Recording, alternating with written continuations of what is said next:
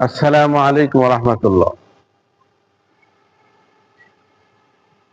প্রত্যেক বছরে যখন এই পহেলা মে আসে, পৃথিবীর প্রায় ৮০টি রাষ্ট্রে এই দিবসটি পালিত হয় এবং সরকারি ছুটি থাকে। তার মধ্যে আমাদের বাংলাদেশ একটি।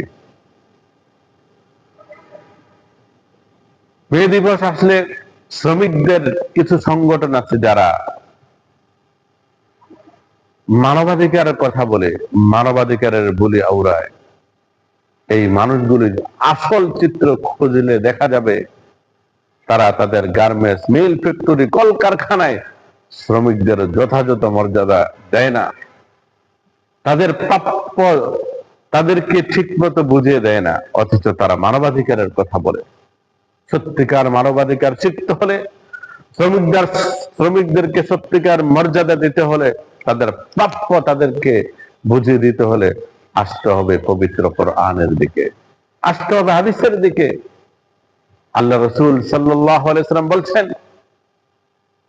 মা মিন আহাদিন পাত্তু, কেউ যদি হালাল পন্থায় উপার্জন করে, মাথার ঘাম পায়ে ফেলে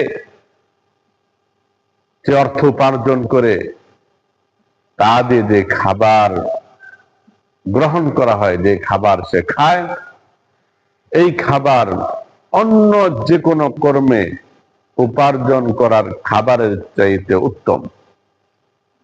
তাহলে একজন শ্রমিককে রাসূল সাল্লাল্লাহু আলাইহি সাল্লাম কত বড় মর্যাদা দিয়েছেন। এমনকি পৃথিবীতে অসংখ্য নবী রাসূল এসেছেন, প্রত্যেকেই কোনো না কোনো কর্ম করে জীবিকা নির্বাহ করেছেন।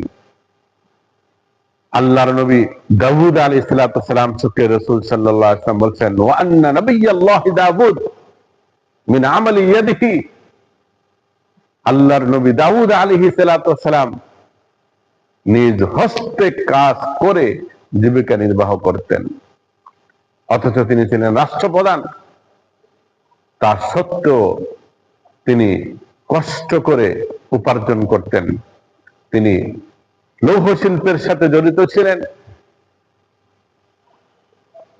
এরপর আমরা যদি তাকাই, হযরত জাকারিয়া আলাইহিস সালাম ছিলেন নাজ্জার, তিনি কাঠ মিস্ত্রি ছিলেন।